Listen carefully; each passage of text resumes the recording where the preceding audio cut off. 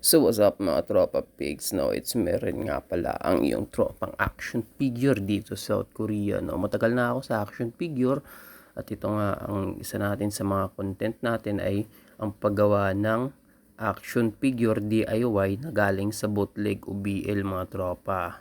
So ibig sabihin yung action figure ay hindi authentic. So dito sa video na to, makikita nyo naman kung gaano kapangit yung action figure natin na gamit yung mga raw materials ay ating bubuuhin at gagawin nating napaka-aesthetic na action figure. So dito, gumamit ako ng iba't ibang uri ng materials, crayons, tsaka tela, at yung kinamit kong wings para sa pakpak niya ay parang foam lang yan mga tropa, no? So ginawa ko na lang ay speed para makita nyo kung paano yung proseso sa paggawa ko ng action figure. Dito ay gumamit lang ako ng mga karton, ginupit ko parang maskara. Yun nga ginaya ko sa Kimetsu no Yaiba o Demon Slayer na karakter. Tapos nilagyan ko ng wings, gumupit ako ng mga tela at ginawa ko siyang parang kapa sa bleach.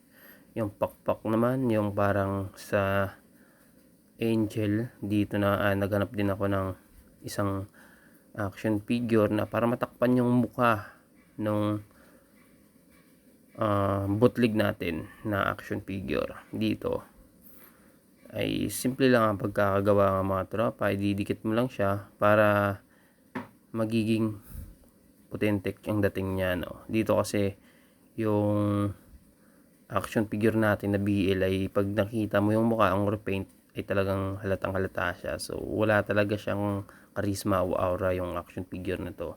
Pero once nung natapos natin yung DIY natin mga tropa, at dito nyo nga makikita kung gaano kalupit. At ito na nga. So ginawa natin siya ng espada gamit lang yung tape at dinikitan natin ng isang materials na pwede din siyang panggamitan at lead light sa likod mga tropa. Dito natapos yung action figure natin na DIY, naging resin style siya, no? Pero pwede nyo siyang ibenta, pwede nyo siyang i-display sa bahay at napakahangas, napakalupit na action figure.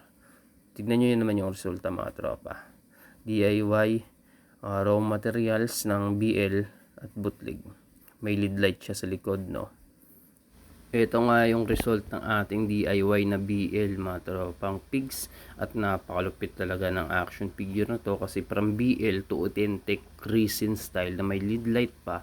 Tapos pwede siyang i-display mga tropa, pwede mong ibenta o depende sa iyo, no? Depende sa kuryente kasi lead light nga, di battery lang mga tropa, no? So kung gusto niyo ng mga ganitong content at mahilig kayo sa mga animes o mahilig kayo sa action figure, so pwede nyo akong i-follow no mga tropa. Pero kahit hindi kayo mahilig, no, follow nyo lang ako para dito mas malupit yung usapan natin pagdating sa mga tropang action figure.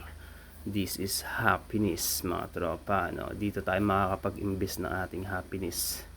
So sa muli mga tropa, what's up and goodbye.